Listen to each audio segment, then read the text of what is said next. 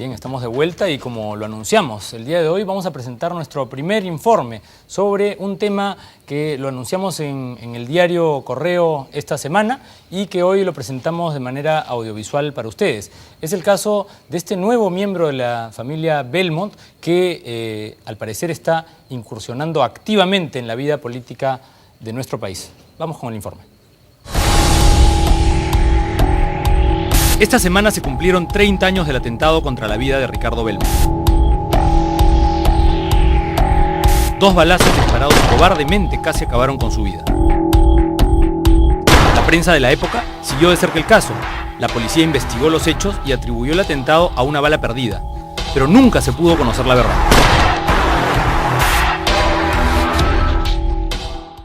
Ha pasado el tiempo y Ricardo Belmont ha hecho muchas cosas en ese lapso. La Teletón, mucha televisión y la gestión de la ciudad de Lima metropolitana en 2 oportunidades. Se le reconoce como el primer outsider de la política peruana. Desde entonces se enfrenta al poder fáctico y a los grupos empresariales que utilizan al Estado y a la política para sus intereses particulares. No pasó mucho tiempo desde que Ricardo Belmont anunció que reconstruiría su organización política Obras y han ocurrido una serie de hechos que hoy ponemos en conocimiento de la opinión pública. Además de recibir ataques permanentes de algunos medios de comunicación, se ha aplicado una especie de muerte civil, esa cobarde y abusiva manera de desaparecer de la prensa a quien no piensa como quienes creen que el Perú es su chacra y que se puede manipular la información. Lo que hoy revelaremos es la historia de uno de los integrantes de la familia Belmont, que habría decidido desplazar a su propia sangre de la vida política nacional.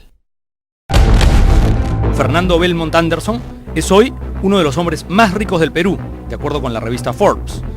Él, junto a su hija Janine, son los dueños de UNIC y de Yambal, las empresas que han construido una fortuna gracias a un inmenso cuerpo de vendedoras ambulantes.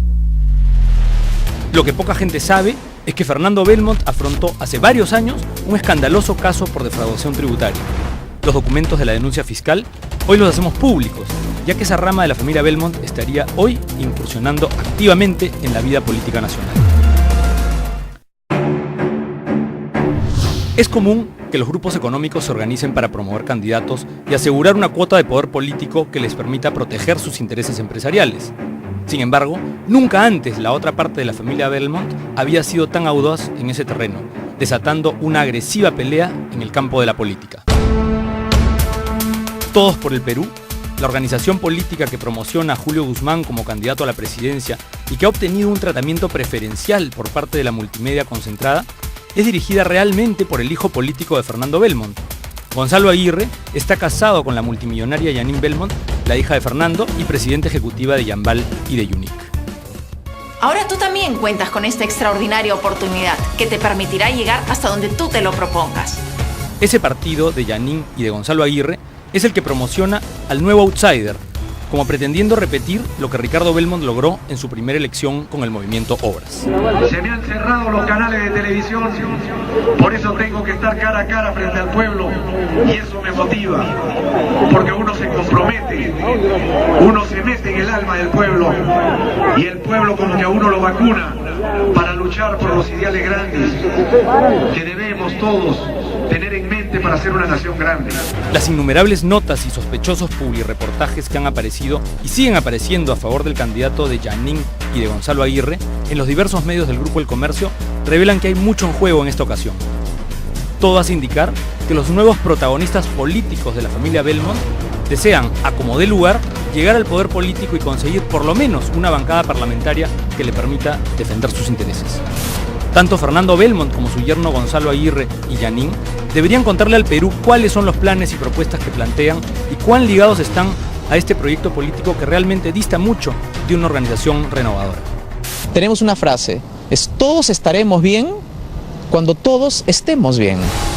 El candidato Julio Guzmán, quien prometió hace unas semanas revelar sus fuentes de financiamiento y los nombres de las personas que lo apoyan económicamente, hasta ahora mantiene un silencio preocupante.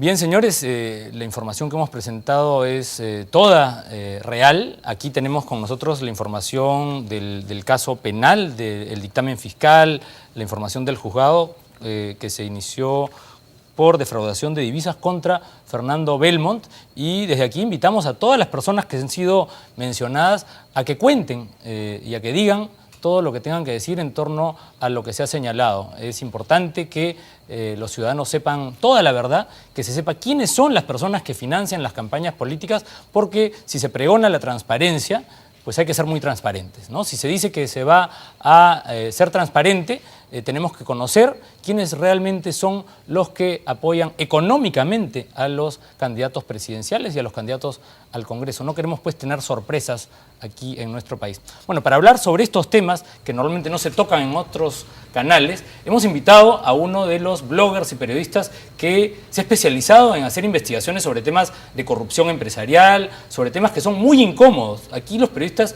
y los canales independientes y los programas independientes tenemos que ser no incómodos, tenemos que ser muy incómodos, repito, porque si no, se levanta en el país en peso. José Alejandro Godoy nos acompaña hoy en nuestros estudios. Él dirige el blog Desde el Tercer Piso y yo le agradezco por estar con nosotros. Gracias por acompañarnos. Buenas noches, gracias por la invitación.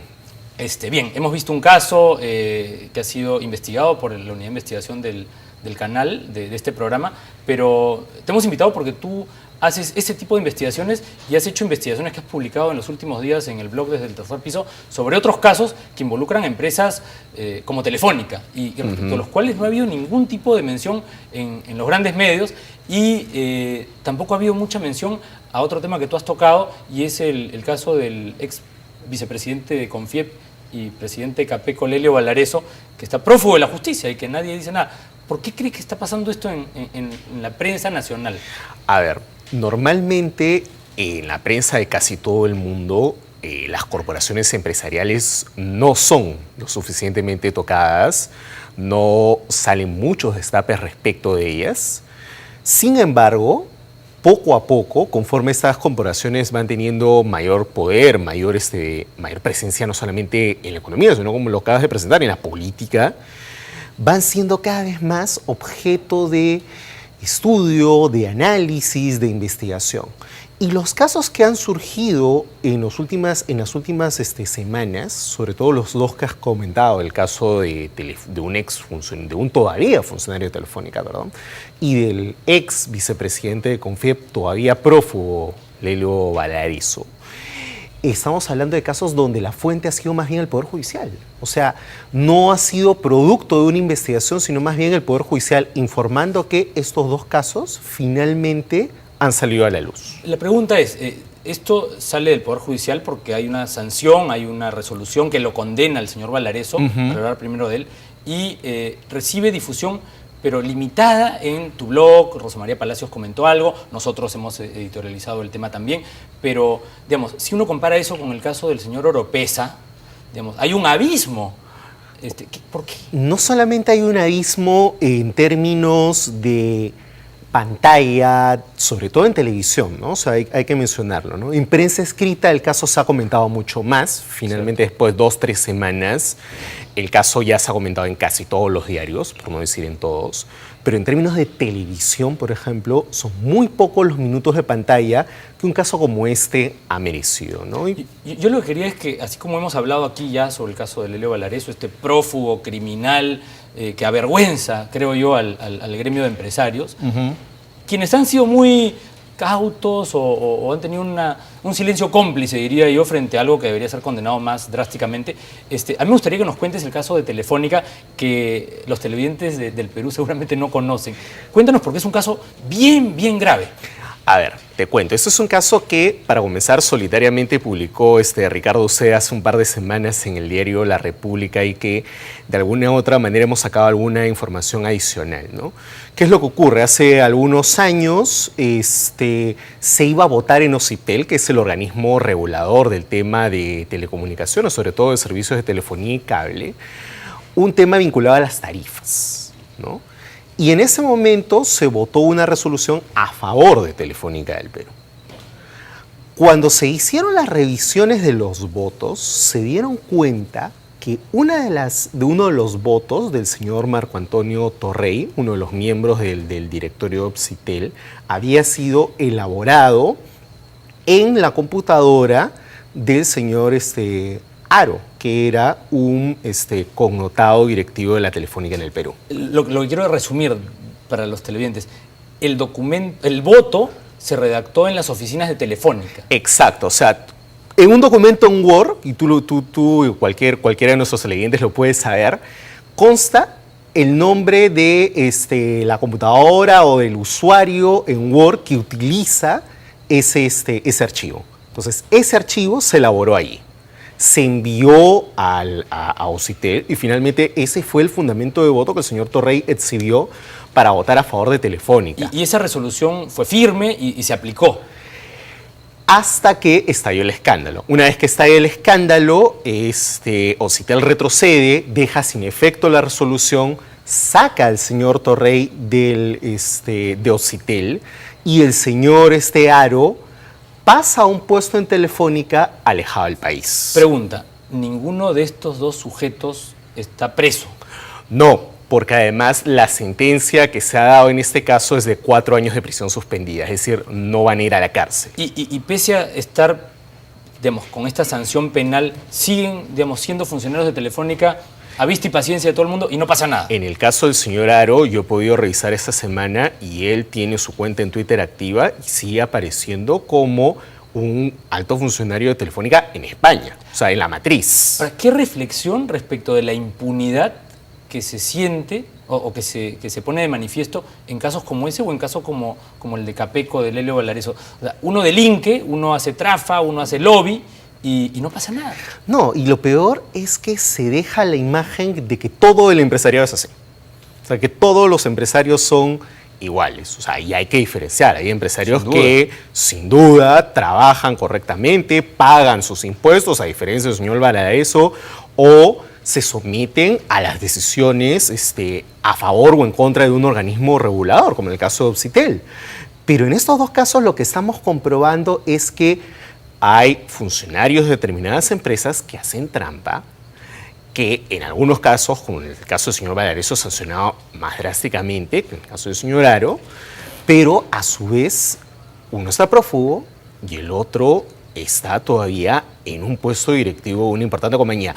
Claro, hay que decirlo, en el caso del señor Valareso es una sentencia de segunda instancia. En el caso del señor Aro y del señor Torrey, estamos hablando de una sentencia todavía de primera instancia. Pero el caso de todas luces es escandaloso. Pero de todas maneras, claro, es un caso que en el 2008, 2009, cuando se destapó, fue un terremoto en términos empresariales y fue un terremoto político. Tan es así que en ese momento también salió a la luz que el señor Rómulo León Alegría enviaba correos electrónicos y cartas a la secretaria del expresidente Alan García para que el señor Torrey pudiera ingresar a un puesto en Ocitel. ¿Dónde quedan los códigos de ética? ¿Dónde quedan las buenas prácticas, las reglas de buen gobierno corporativo de estas corporaciones que, digamos, hacia el público son socialmente responsables y correctas?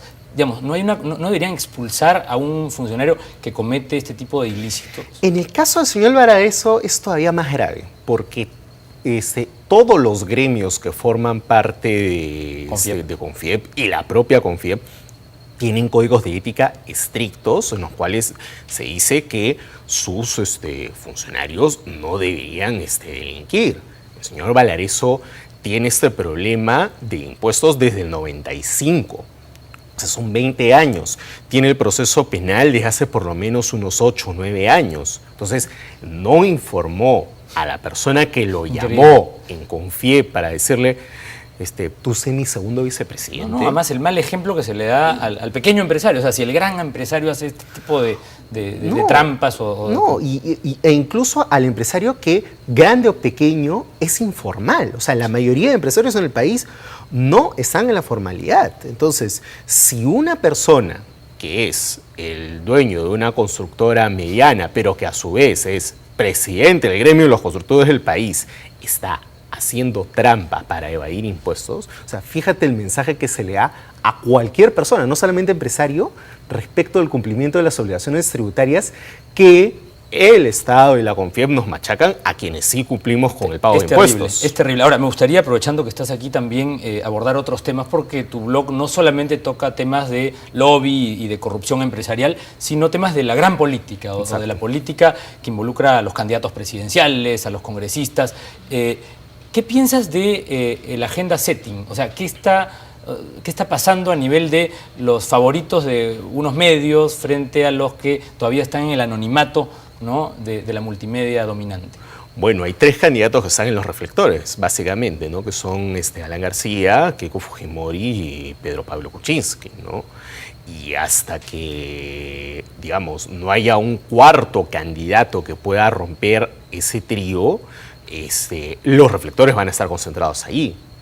Ahora bien, el problema es cuál de esos espacios que está quedando libres es el que se va a cubrir. Dicen que es la izquierda o la centroizquierda. Puede ser un espacio a cubrir, ¿no? O sea, Verónica Mendoza acaba de salir en la carátula de una conocida revista como En Poder, como la persona que podría ser una candidata de la izquierda. Esa puede ser una posibilidad.